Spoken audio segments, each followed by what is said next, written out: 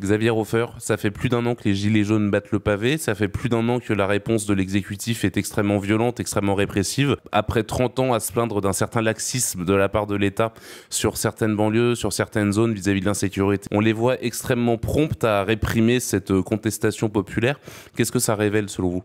Il faut bien faire la différence entre, d'un côté, les manifestations légitimes, parfois un peu énervés, mais c'est un peu la règle du jeu, de manifestants qui veulent exiger ou qui veulent protester ou qui se plaignent, et de l'infiltration de notre part de ces mêmes manifestations par des anarchistes organisés en black bloc, dont la seule idée est de casser et de détruire et de s'en prendre à la société dans son ensemble. Alors, ça fait, comme vous le disiez, un an que les premières manifestations, à la moitié du mois de novembre, ça fera un an que les manifestations des Gilets jaunes ont commencé, et on a, dans le cadre du premier anniversaire, des données qui commencent à apparaître, émanant de médecins légistes, émanant de professeurs en médecine, émanant de gens tout à fait éminents dans le domaine de la médecine, et notamment de la médecine légale, et ce qu'ils disent de la violence de la répression contre les Gilets jaunes est épouvantable.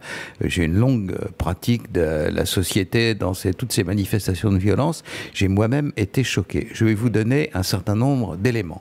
Alors, je le lis parce que c'est des termes très précis. Nous parlons ici de la répression des Gilets jaunes. Ce que je vous dis émane de médecins légistes, de professeurs, d'un neurochirurgien et d'un chef de service d'ophtalmologie. Ils parlent, je les cite, de crânes fracassés, d'yeux éclatés, d'artères coupées, de visages lacérés, de rats explosés.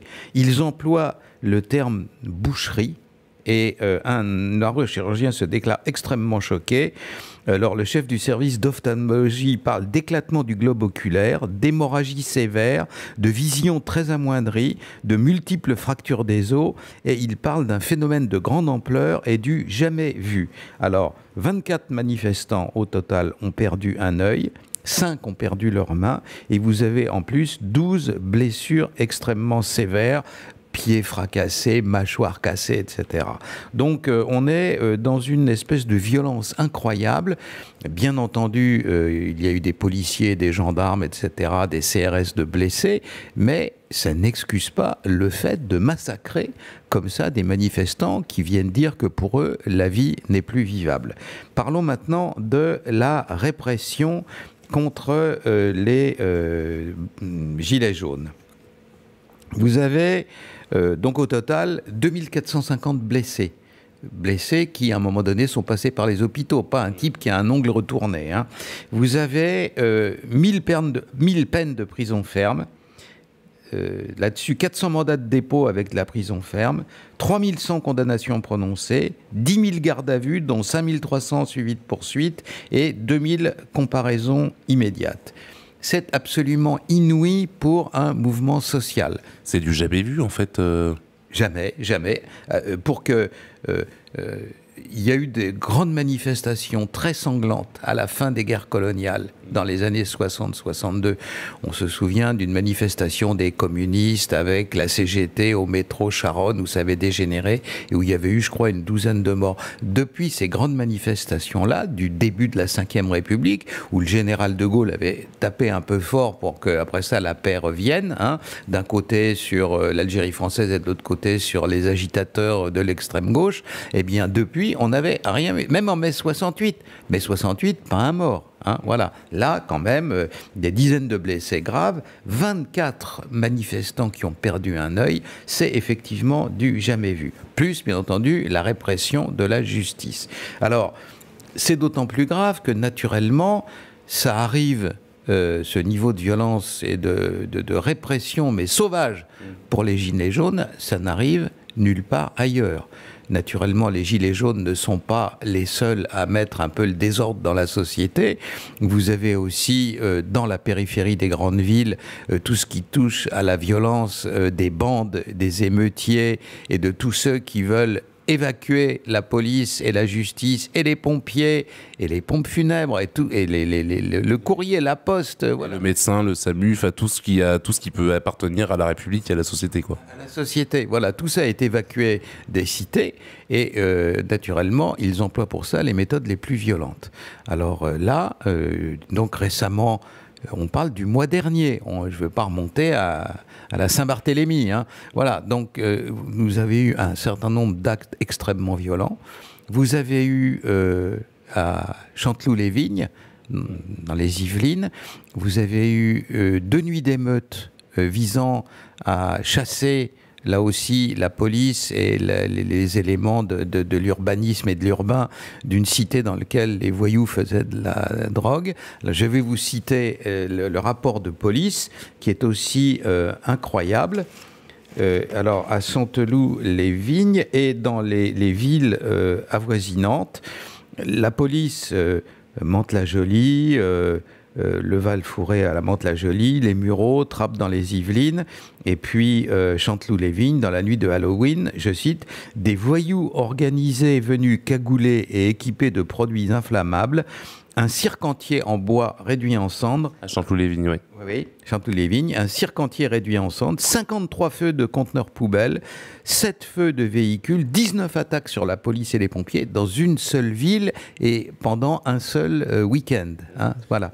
D'où proviennent ces chiffres sur cette criminalité, Xavier Hofer ? Ils proviennent des services de police et de la gendarmerie et ils sont accessibles, hein, naturellement. J'ai la trace et la preuve de tout ça. Et notamment des réactions affolés et indignés des syndicats de police et des pompiers qui à chaque fois mettent ça sur leur site, etc. Non mais c'est pas possible, où va-t-on, etc. Donc Chanteloup-les-Vignes, c'est ça. Mais il se déroule exactement la même chose à la cité vraiment extrêmement toxique du Val-Fouré à Mantes-la-Jolie et à Trappes et aux Mureaux et récemment dans à peu près toutes les cités des Yvelines. Alors à chaque fois, vous avez des guet-apens. Vous avez des meutes de parfois 100 voyous et plus. Vous avez des vidéos enregistrées où on voit les policiers parlent d'un déluge de projectiles sur eux et on entend derrière les émeutiers en train de crier « tuez-les ». Ça s'appelle menace de mort sur dépositaire de l'autorité publique. Alors ça... Et tentative, même en fait, tentative de meurtre en fait. Oui, bien sûr, bah, carrément, oui. Caractéristique de toutes ces émeutes-là, ils s'en déroulent depuis plusieurs mois, à peu près une tous les soirs, en France, quelque part. La caractéristique, c'est à la fin du communiqué de la préfecture ou du commissariat, il n'a pas été procédé, il n'a pas pu être procédé à des arrestations.